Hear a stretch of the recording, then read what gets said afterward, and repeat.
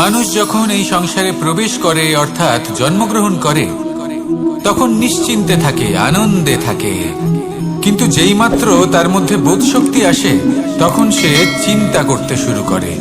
চিন্তা ভবিষ্যতের, সেই সমস্ত বিষয় নিয়ে চিন্তা করে যা ওর হাতে নেই। তারপর বড় হয়, বিবাহ সম্পন্ন হয়, গৃহস্থ জীবন যাপন করে, তারপর আবার চিন্তায় মগ্ন হয়ে যায়। ভাবে এই যে আমার পরিবার, আমি কি ঠিকমতো তার খেয়াল রাখতে পারছি? কাল যখন আমি এই সংসার থেকে চলে যাব তখন আমার এই পরিবারের দেখাশোনা কি করবে? শেষ পর্যন্ত এই পরিবার তো আমারই উত্তরদায়িত্ব। যাক, আপনাকে একটা প্রশ্ন করি। এই সংসারে আসার পূর্বে আপনি কি এই প্রশ্ন করেছিলেন, এটা ভেবেছিলেন যে আমাকে ছাড়া এই সংসার কিভাবে চলবে? করেননি, তাই তো? তাই আপনার এটা নিয়ে দুশ্চিন্তা করার প্রয়োজন নেই যে আপনি যখন এই সংসার ত্যাগ করে চলে যাবেন তখন কি হবে। আপনি যখন ছিলেন না তখনও এই সংসার চলছিল, আপনি যখন এই সংসার ত্যাগ করবেন তখনও এই সংসার চলতে থাকবে। যদি কোনো বিষয়ের প্রভাব থাকে তা হলো আপনার আজকের তথা বর্তমানের কর্ম, অর্থাৎ আজ আপনি কি করছেন, কার জন্য মঙ্গল করছেন, কাকে প্রেরণা দিচ্ছেন, কাকে সাহায্য করছেন, কোন উদাহরণ প্রস্তুত করছেন। আপনি এই সংসারে যে ছবি অঙ্কন করবেন সংসার সেটাই মনে রাখবে। তাহলে শুধু সৎকর্ম করুন, মঙ্গল করতে থাকুন, আর আমার সাথে ভালোবেসে বলুন রাধা রাধা। আমরা চাই বা না চাই, আমরা সবসময় নয় কোনো না কোনো লক্ষ্যের দিকে এগিয়ে চলেছি বা কোনো না কোনো যুদ্ধ করেই চলেছি। যেমন যে যুদ্ধ মনের মধ্যে চলছে সেগুলো হলো অন্তর্মনের যুদ্ধ, যেমন পরিবার প্রতিপালনের যুদ্ধ, কর্তব্য পালনের যুদ্ধ, কোনো প্রিয়জনকে না হারানোর যুদ্ধ। এসব যুদ্ধ মনের মধ্যে চলে এবং সেদিক থেকে দেখতে গেলে আমরা হলাম এই সংসারের সব থেকে বড় যোদ্ধা, তাই না? কিন্তু এই সব যুদ্ধে যদি আপনি জয়ী হতে চান তাহলে তিনটি বিষয় আপনাকে মাথায় রাখতে হবে। প্রথম হলো সেই ব্যক্তি যিনি এই যুদ্ধে পরাজিত হয়েছেন তাকে নিজের থেকে দূরে করে দেবেন না, বরং আপনি তার কাছে যান, তার সাথে কথা বলুন, কথাবার্তা চালান, আলোচনা করুন, তার থেকে পরামর্শ নিন এবং বুঝতে চেষ্টা করুন উনি কি ভুল করেছিলেন এবং সেই ভুল নিজের জীবনে করবেন না। দ্বিতীয়, সেই ব্যক্তি যিনি এই যুদ্ধে জয়লাভ করেছেন তার অভিজ্ঞতা থেকে শিখুন। তিনি কি কি পদক্ষেপ নিয়েছেন, কিভাবে তিনি প্রারব্ধের গতিপথ বদলে দিয়েছেন, কোথায় বুদ্ধি প্রয়োগ করেছেন আর কোথায় বল প্রয়োগ করেছেন, এই সব কিছু তার থেকে শিখুন। এবং তৃতীয়, আপনার নিজের বিবেক, তার কোনটা উচিত বোধ হচ্ছে, কোনটা অনুচিত বোধ হচ্ছে সেটা বুঝে নিন।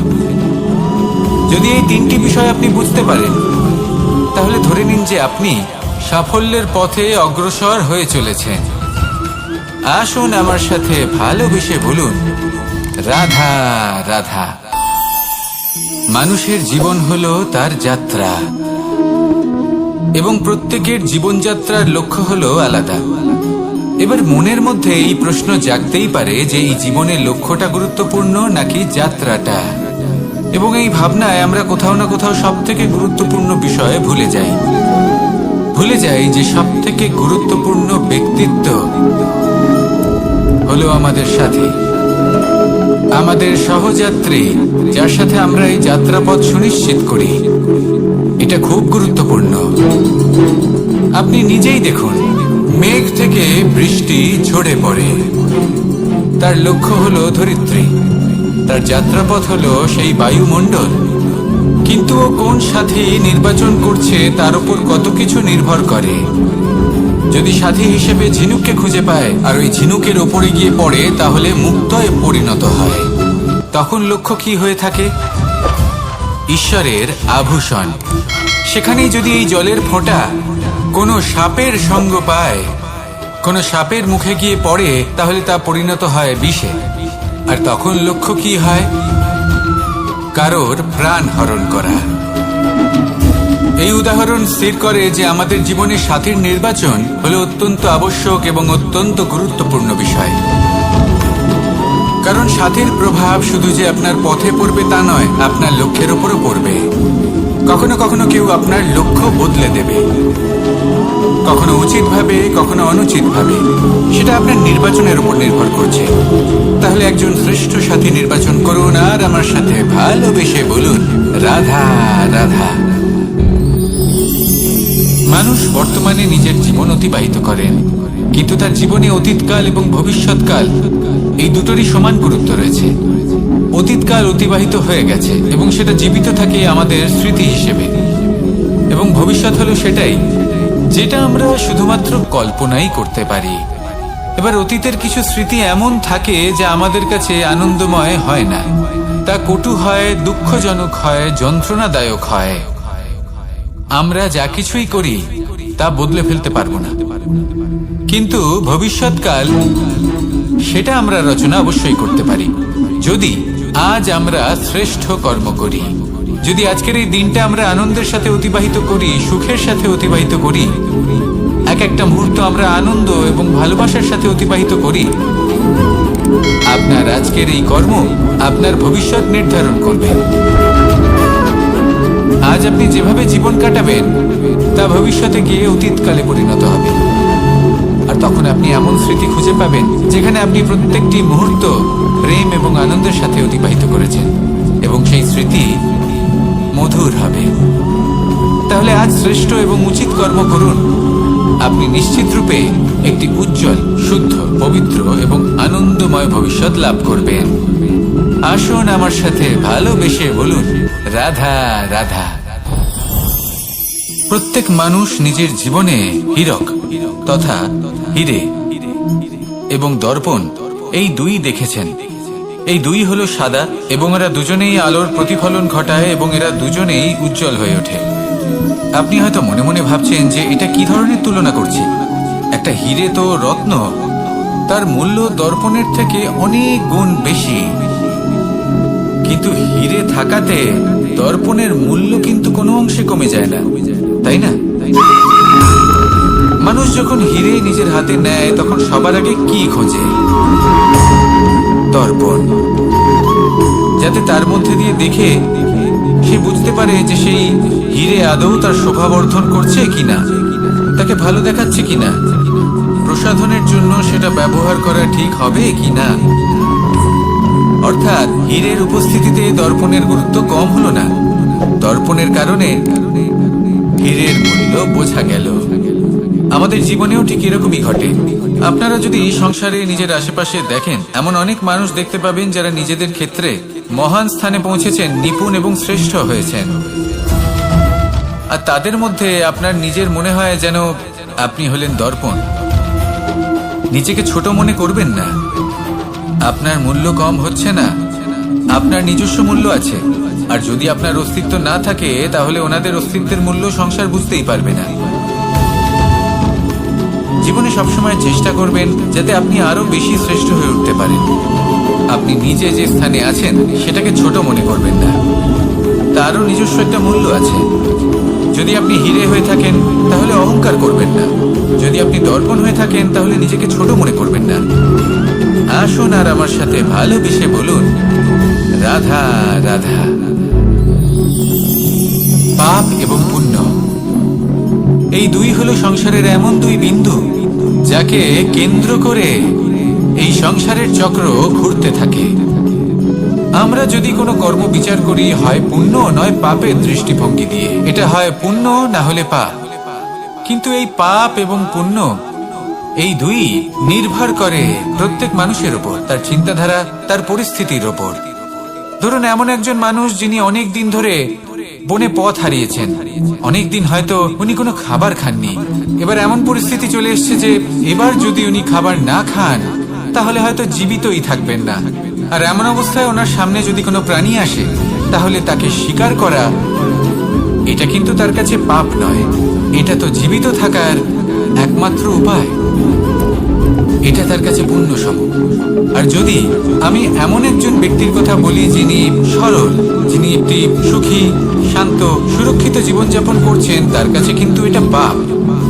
এইরকমই এই সংসারে ভিন্ন ভিন্ন পরিভাষা আছে পাপ এবং পুণ্যের।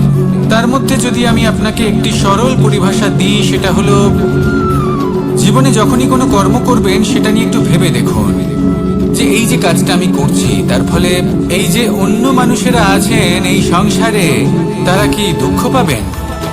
যদি তারা দুঃখ পান তাহলে সেটা পাপ।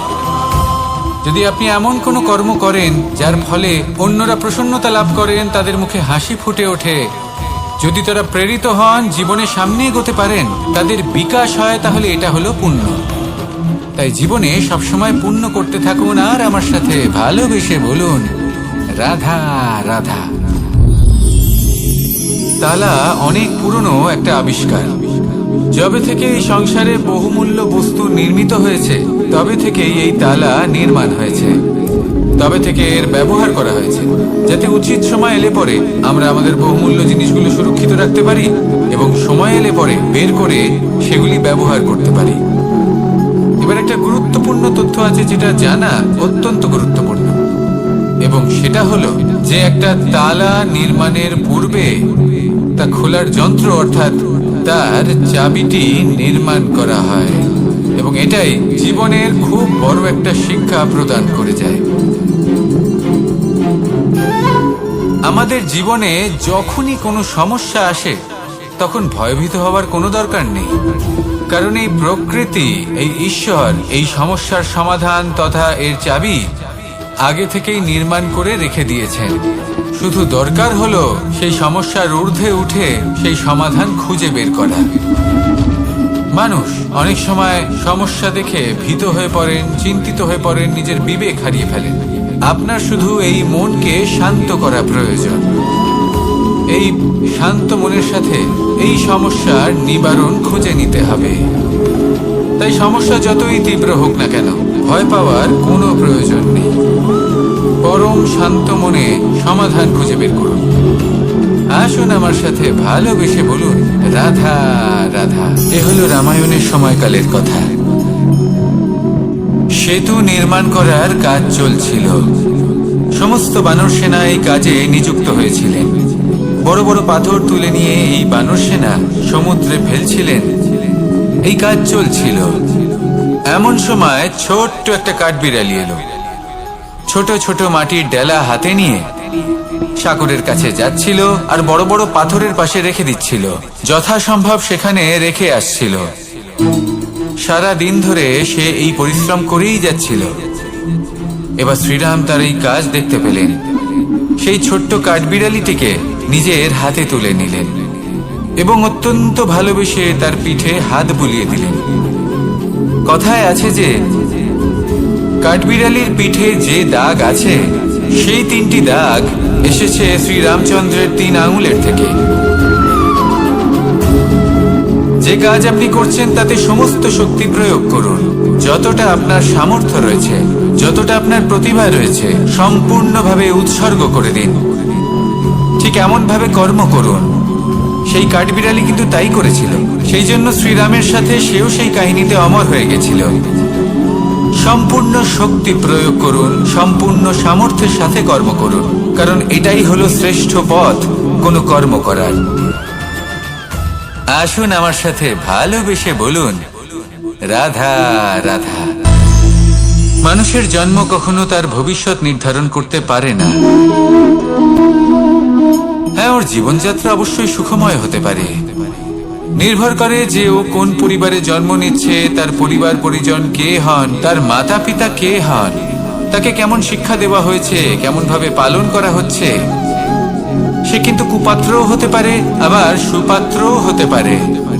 কিন্তু সে চলে যাওয়ার পর এই সংসার তাকে মনে রাখবে নাকি না, আর যদি মনেও রাখে তাহলে কিভাবে মনে রাখবে সেটা নির্ভর করছে তার কর্ম এবং তার নির্বাচনের উপর। ঠিক যেমন বর্ষার এই জলের ফোঁটা যখন মেঘ থেকে ঝরে পড়ে তখন তার এই নির্বাচন হলো গুরুত্বপূর্ণ, কারণ তার নির্বাচন তার উপর নির্ভর করছে তার ভবিষ্যৎ কেমন হবে। ঝিনুকের মুখে পড়লে মুক্ত হয়ে ওঠে, সাপের মুখে পড়লে বিষ, আর যদি কোনো পাতায় পড়ে তাহলে শিশিরে পরিণত হয়। তাহলে কর্ম এবং নির্বাচন দুটি জীবনে গুরুত্বপূর্ণ। এদের বিষয় বিশেষ যত্ন নেবেন এবং আমার সাথে ভালোবেসে বলবেন রাধা রাধা। কখনো কখনো আমাদের জীবনে দুঃখ আসে এবং তার কারণ হলো সন্দেহ। মানুষ আমাদের উপর সন্দেহ করে, আমাদের কর্ম নিয়ে, আমাদের মানসিকতা নিয়ে, আমাদের কথা নিয়ে, আমাদের চরিত্র নিয়ে। কখনো কখনো আমরা শুভ উদ্দেশ্য নিয়ে কারোর মঙ্গল কামনা করি, তার জন্য কোনো ভালো কর্ম করি, এবং সেই ব্যক্তি আমাদের বন্ধুত্ব নিয়ে, আমাদের সম্পর্ক নিয়ে, আমাদের সততা নিয়ে প্রশ্ন করতে থাকে, আমাদের সন্দেহ করে। তখন আমাদের দুঃখ হয়, কিন্তু এটা হওয়া উচিত নয়। কারণ যখনই কোনো ব্যক্তি আপনাকে সন্দেহ করছে, তাতে আপনারই মূল্য বৃদ্ধি পাচ্ছে। এবার আপনি বলবেন, এ কি করে সম্ভব হতে পারে?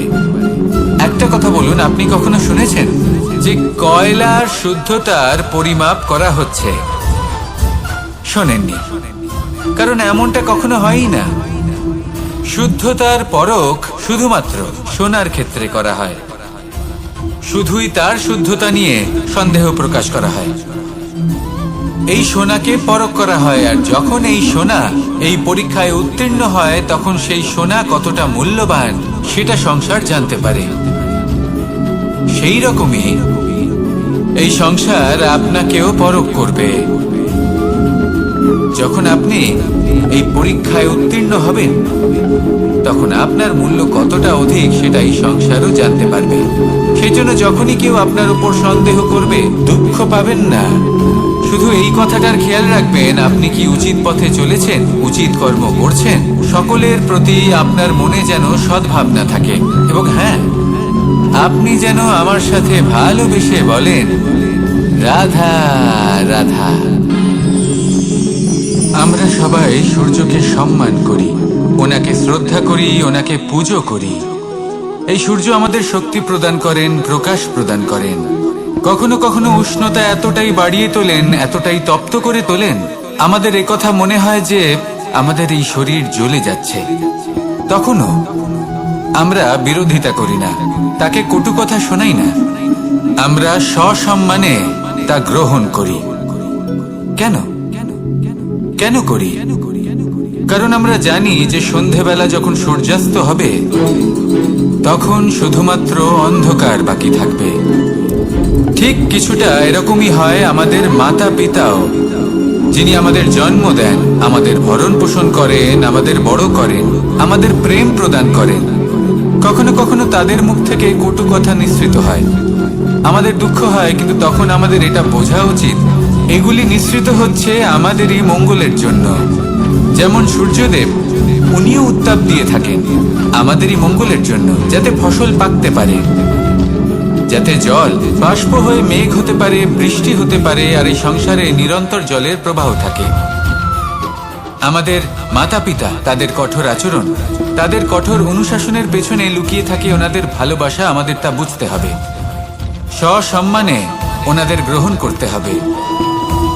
কারণ ঠিক সূর্যাস্তের পরে যেমন চতুর্দিক অন্ধকারচ্ছন্ন হয়ে যায়, তেমনি আমাদের জীবন থেকে যখন আমাদের মাতা পিতা চলে যায়, তখন আমাদের জীবনেও শুধু এবং শুধুমাত্র অন্ধকারই ছেয়ে থাকে।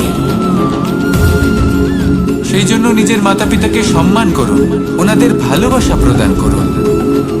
এই মন আর এই জীবন প্রসন্ন হয়ে বলবে, রাধা রাধা। শিশিরের বিন্দু পাতার ওপর পড়ে আর তার গায়ে লেগে থাকে। পাতা তাকে শুষে নিতে পারে না, আর শেষ পর্যন্ত সে ঝরে পড়ে যায়। অন্যদিকে রয়েছে মেঘ এবং চাতক। এদের মধ্যে অনেক দূরত্ব থাকে। মেঘ থাকে আকাশে আর চাতক থাকে ধরিত্রীতে। কিন্তু যখন এই মেঘ থেকে বৃষ্টি ঝরে পড়ে, এই চাতক কিন্তু সেই জলই পান করে, নয়তো সে তৃষ্ণার্ত থেকে যায়। এবার অন্যদিকে দেখলাম শিশির বিন্দু আর পাতার এই সম্পর্ক। এরা খুব কাছাকাছি থাকে, ঘনিষ্ঠও থাকে। অন্যদিকে রয়েছে মেঘ এবং চাতকের সম্পর্ক, যাদের মধ্যে অনেক দূরত্ব থাকা সত্ত্বেও তারা খুব ঘনিষ্ঠ, তাই না? এই সারমর্ম খুব সরল। এই নৈকট্য, এই দূরত্ব, তা আপনার সম্পর্কে প্রভাব কিছুতেই ফেলতে পারে না। এই নৈকট্য, এই দূরত্ব, এসব হলো শুধুমাত্র মনের ব্যাপার। কখনো আপনি অনুভব করেছেন আপনি কারোর থেকে অনেক অনেক দূরে আছেন, অনেক দূরে আছেন, তাও সেই ব্যক্তির প্রতি আপনি টান অনুভব করেন। সেখানে আপনি কারোর সাথে প্রত্যেক দিন অতিবাহিত করেন, সমস্ত জীবন অতিবাহিত করেন, সব থেকে বেশি সময় তার সাথে অতিবাহিত করেন, তাও তার প্রতি সেই টান অনুভব করেন না। এই সংকেত হলো মনের দূরত্বের। তাহলে মনের এই দূরত্ব দূর করুন আর আমার সাথে ভালোবেসে বলুন, রাধা রাধা। এটা হলো সূচ, আর এটা হলো তলোয়ার। এবারে আপনারা বলুন, আপনাদের দৃষ্টিকোণ থেকে এই দুই বস্তুর মধ্যে কোনটা বেশি শক্তিশালী আর গুরুত্বপূর্ণ হতে পারে? আপনি বলবেন তলোয়ারই সবচেয়ে শক্তিশালী বা গুরুত্বপূর্ণ। আচ্ছা, মানলাম যে তলোয়ার বেশি ভারী হয়। তলোয়ার আপনাকে যুদ্ধে বিজয়ী করে, যুদ্ধে শত্রুর বিনাশ করে, কিন্তু তলোয়ার দিয়ে আপনি কখনো আপনার বস্ত্র সেলাই করতে পারবেন না। যদি আপনার পায়ে কাঁটা ফুটে যায়, তা আপনি তলোয়ার দিয়ে বের করতে পারবেন না। আপনাকে সূচের ব্যবহার করতেই হবে। এবারে বলুন, তলোয়ার পেয়ে যাওয়ার পরে এইভাবে সূচকে হারিয়ে ফেলা কি ঠিক হবে?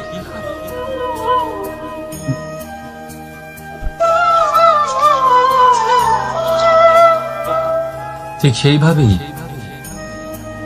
জীবনে সম্পন্ন বন্ধু পাওয়ার পরেও আপনার সেই বন্ধুদের হারাবেন না যারা কম সম্পন্ন, দরিদ্র। কারণ তারা আপনার সাথে তখন ছিলেন যখন আপনি কিছুই ছিলেন না, আর জীবনে দরকার পড়লে তারাই আপনার কাজে আসবে, সম্পন্ন বন্ধু নয়।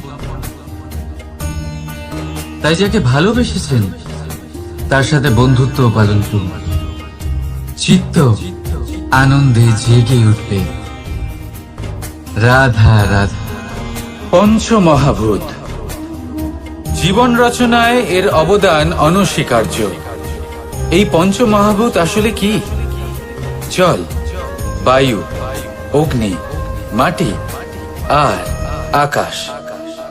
এবার শুধুমাত্র জীবন রচনায় এর অবদান আছে তা নয়, শুধু শরীর রচনাতে এর যোগদান আছে তা নয়, বরং এরা হলো আমাদের জীবনের সব থেকে বড় শিক্ষক।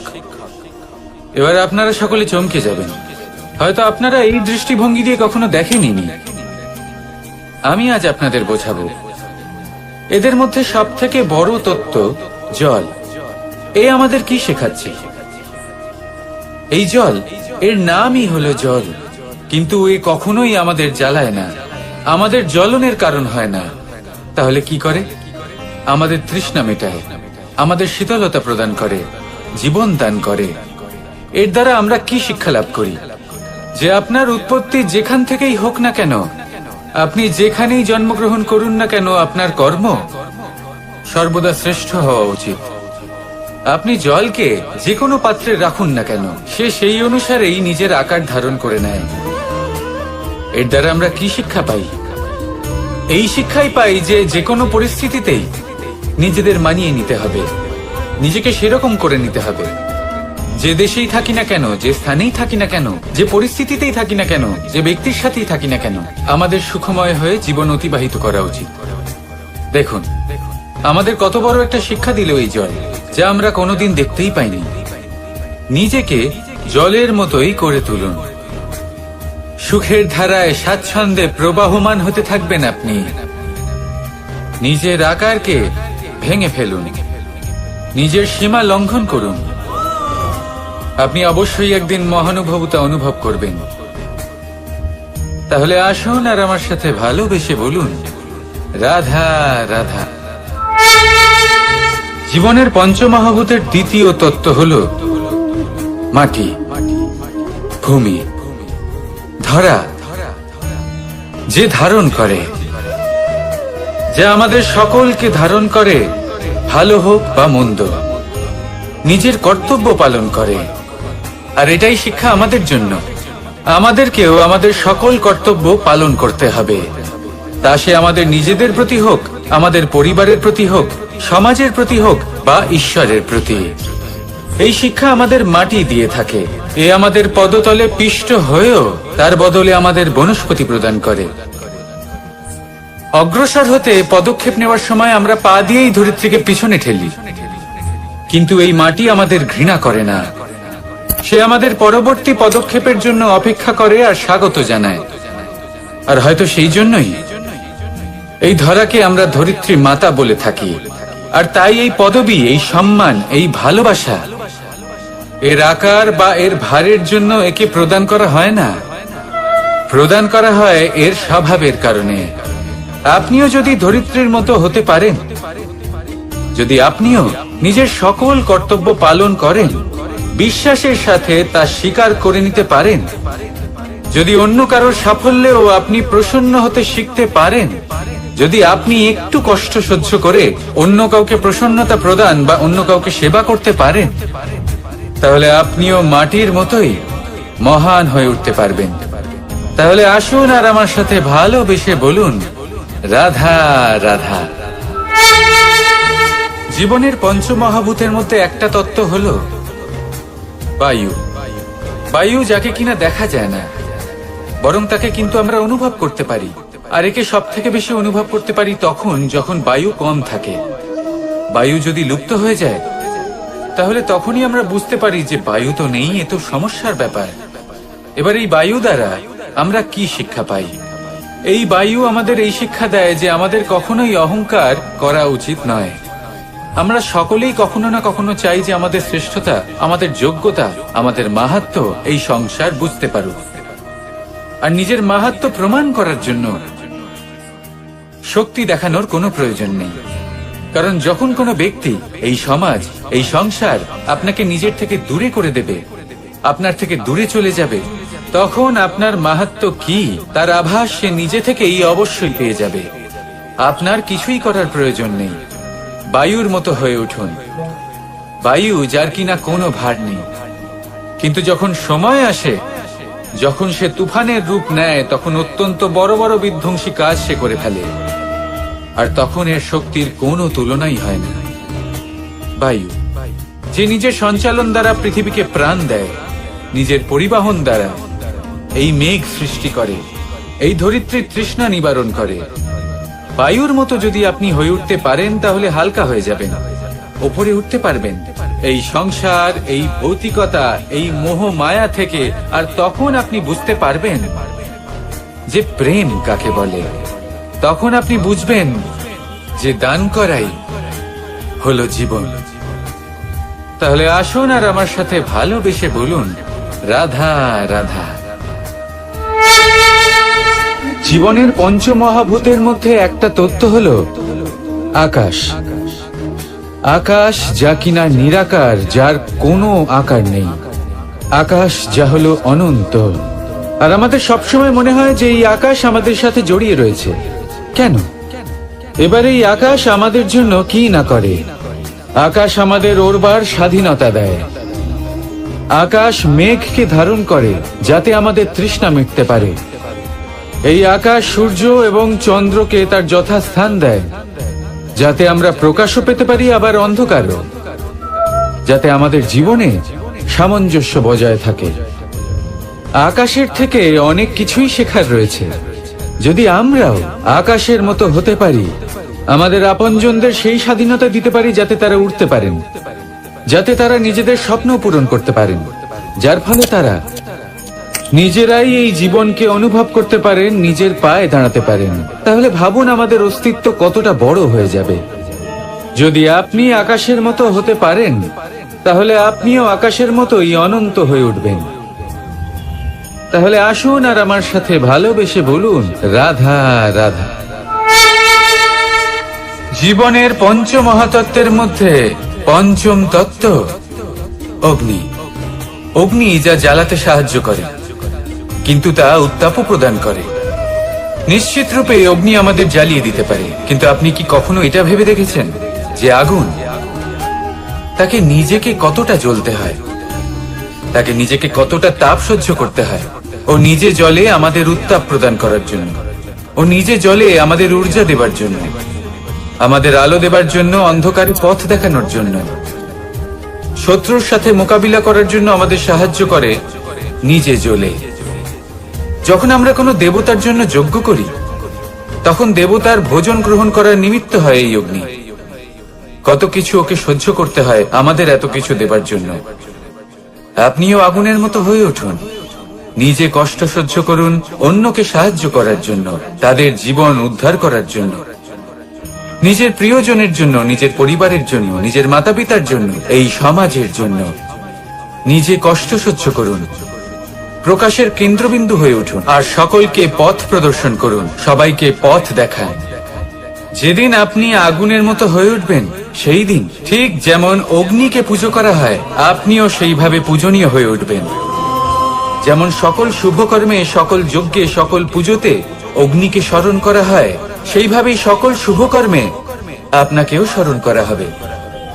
আর যেদিন আপনি এরকম হয়ে উঠবেন, সেই দিন জীবনের বাস্তব মর্ম কি আপনি তা বুঝতে পারবেন। তাহলে আসুন আর আমার সাথে ভালোবেসে বলুন, রাধা রাধা। পঞ্চমহাতত্ত্ব, পঞ্চমহাভূত, এদের বিষয়ে আমি আপনাদের সবকিছুই বলে দিয়েছি। কেন? এরা আমাদের জীবনের সব থেকে বড় শিক্ষক। আর এদের থেকে আমরা কি শিক্ষা পাই? নিশ্চিত রূপে এই পঞ্চমহাতত্ত্ব আমাদের দেহের নির্মাণ করে, কিন্তু একটা ষষ্ঠ মহাতত্ত্ব রয়েছে, এমন এক তত্ত্ব যার না কোনো ভার আছে, না কোনো পরিমাণ আছে, কিন্তু তা হলো অত্যন্ত গুরুত্বপূর্ণ, ভাবনা। কেউ একে আত্মা বলে, কেউ একে বিবেক বলে, কেউ একে প্রাণ বলে, আর কেউ বলে চেতনা। এবার এই চেতনা যখন পঞ্চমহাতত্ত্বের সাথে জুড়ে যায়, এক হয়ে যায়, তখন মানুষের জীবনের নির্মাণ হয়।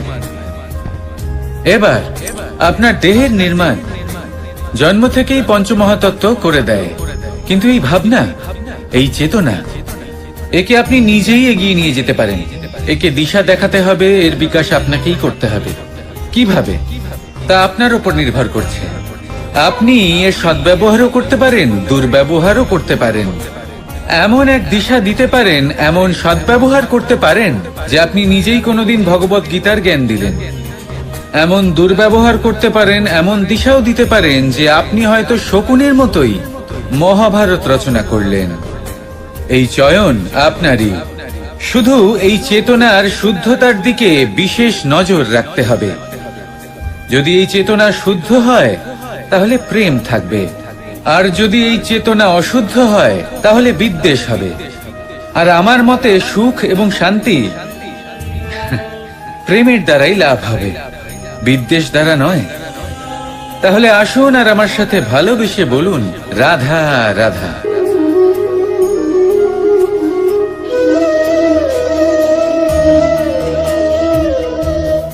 নারী জন্মসূত্রে কারোর কন্যা, ধর্মসূত্রে কারোর পত্নী, আর কর্মসূত্রে কারোর মা।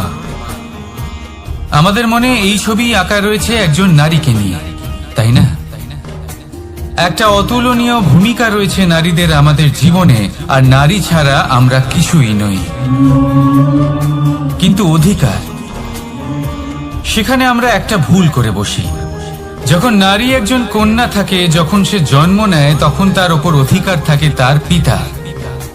আর তারপর যখন বিয়ে হয়ে যায়, তখন তার অস্তিত্বের ওপর অধিকার থাকে তার স্বামী। আর যখন তিনি মা হন, তখন নিজেই তিনি জীবনের সমস্ত অধিকার দিয়ে দেন তার সন্তানকে। কিন্তু আমরা কি কখনো এটা ভেবেছি, এই জীবন হলো তার নিজের?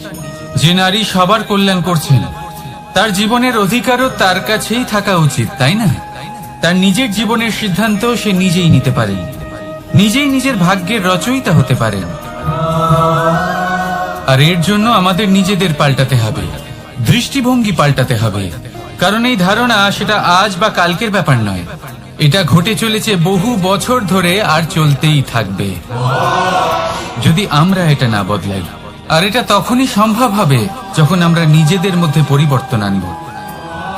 তাই আজকের পর থেকে, এই মুহূর্ত থেকে, কোনো নারীর ওপর অকারণ অধিকার স্থাপনের আগে সহস্রবার ভেবে দেখবেন, কারণ যখন নারী নিজের অধিকার কেড়ে নিতে বাধ্য হবেন তখন শুধু এবং শুধুমাত্র বিনাশই ঘটবে। রাধা রাধা।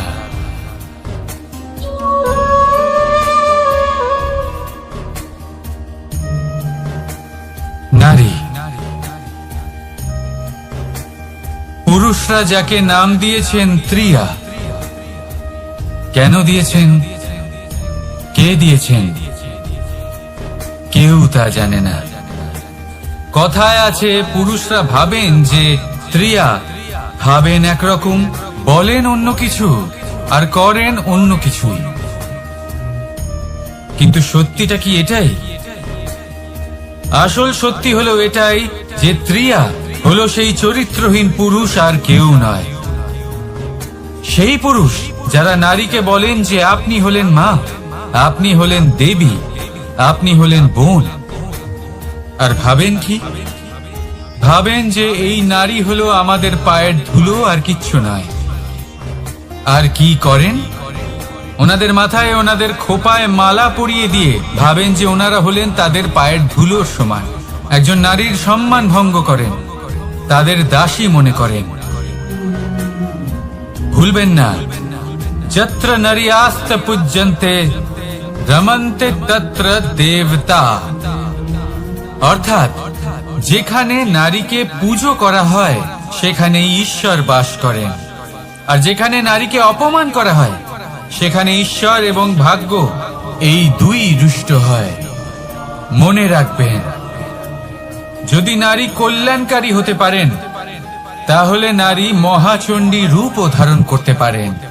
যদি একজন নারী মাতা হয়ে জন্মদান করতে পারেন তাহলে নারী মৃত্যু হয়ে বিনাশও করতে পারেন। যেখানে নারী অপমানিত হবেন সেখানে মহান ভারতও মহাভারতের পথে অগ্রসর হতে পারে। তাই মনে রাখবেন, নারীর অপমান যেন কখনোই না ঘটে। আর যদি কোথাও নারীর অপমান হয় তার অর্থ হলো আপনার বিনাশ আপনার দিকেই আসছে, আর এটা হলো তার প্রথম পদক্ষেপের প্রথম পদধ্বনি। রাধা রাধা। যদি সন্তান কোনো দুষ্কর্ম করে তাহলে সেই অপরাধ শুধু কি সেই সন্তানের? না, যদি সন্তান দুষ্কর্ম করে তাহলে অপরাধী তার মাতা পিতাও, যারা পুত্রমোহর কারণে সেই অনুচিত কাজে তাকে বাধা দেননি। অপরাধী হলেন তার পিতামহ, যিনি নিজের কর্তব্যবোধের কারণে নিজের পরিবারের যত্ন নেননি, যিনি সন্তানকে কখনো শাস্তি দেননি। অপরাধী হলেন তার সেই গুরুও, যিনি নিজের শিষ্যের সেই দুষ্কর্ম দেখেও তাকে প্রতিহত করতে পারেননি। একজন হবু রাজার কর্তব্য হলো নিজের প্রজার কাছে সে যেন এক উদাহরণ প্রস্তুত করতে পারে, কিন্তু যদি এত অনুচিত উদাহরণ প্রস্তুত হয়ে থাকে তাহলে মা বাবার, বাড়ির বয়োজ্যেষ্ঠদের কর্তব্য হলো ওনারা যেন সেটা সেখানেই থামান, হয় ভালোবেসে নয়তো শাস্তি দিয়ে। যদি না থামানো হয় তাহলে মহাভারত অবশ্যম্ভাবী। অনেক ব্যক্তির মনে একটা প্রশ্ন জাগে আমাকে আর রাধাকে নিয়ে। বলেন যে না আমি আর রাধা একসাথে থাকি, না আমাদের বিয়ে হয়েছে, আমি এখানে দ্বারকাতে ও ওখানে বর্ষণাতে, তাও এত ভালোবাসা কি করে? এ কেমন সম্পর্ক? আমি তাদের একটা সহজ কথা বলতে চাই। আপনি কখনো আয়নার দিকে দেখেছেন? নিজের দুই চোখের দিকে তাকিয়ে জিজ্ঞাসা করুন, এই দুই চোখ একসাথে কেন বন্ধ হয়, একসাথে কেন খোলে, একসাথে কেন ঘুমোয়, একসাথে কেন কাঁদে?